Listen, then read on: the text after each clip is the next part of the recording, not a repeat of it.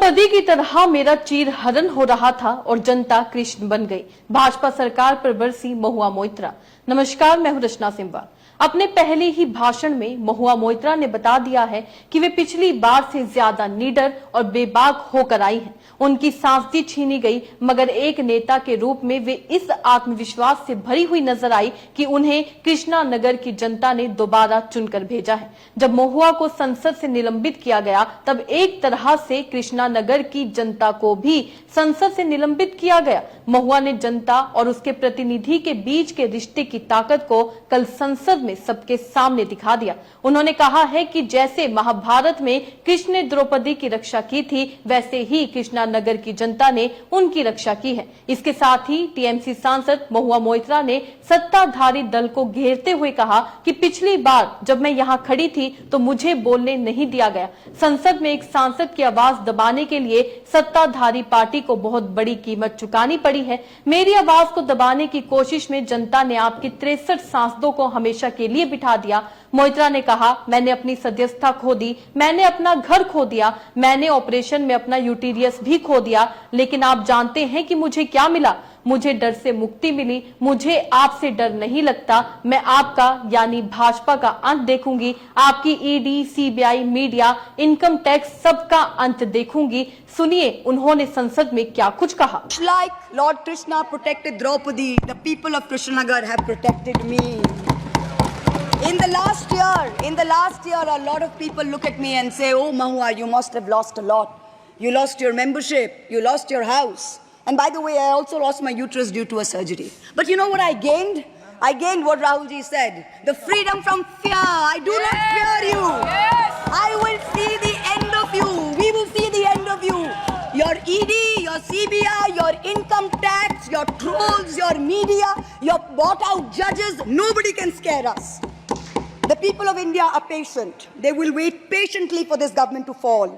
And I hope that whoever writes the next speech for the Honorable President of India will give her the respect and the honor due by not filling it with falsity. This government has dishonored the office of the President by giving her a script that is full of lies.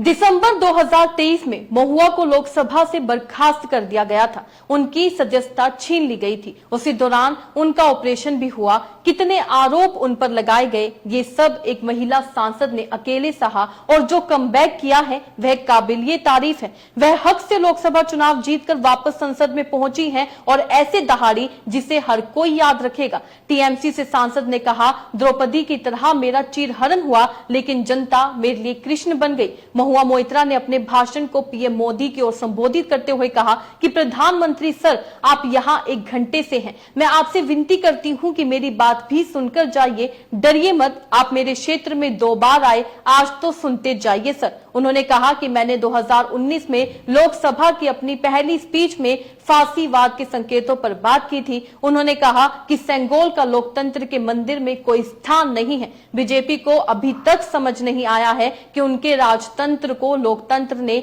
240 सीटों पर ला दिया है। उन्होंने कहा कि सत्ता पक्ष और राष्ट्रपति का अभिभाषण लिखने वालों तक अभी ये बात नहीं पहुंची है कि ये सरकार बहुमत की नहीं बल्कि गठबंधन के कई दलों पर निर्भर है। सत्ता पक्ष के लिए आगे की राह आसान नहीं होने वाली है। ये चेतावनी कल महुआ मोइत्रा ने भाजपा को संसद में दे दी है। टीएमसी सांसद ने कहा कि इस बार हम 234 सांसद हैं, हम एकजुट हैं। उन्होंने कहा कि इस बार आप हमें पिछली बार की तरह चुप नहीं करा पाएंगे। इसके साथ उन्होंने राष्ट्रपति के अभिभाषण में मणिपुर का नाम न होने पर भी सवाल उठाए।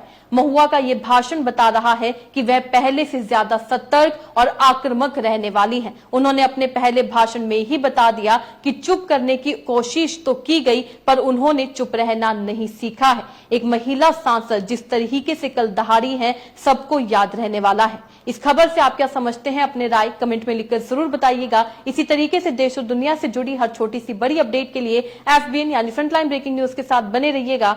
धन्यवाद।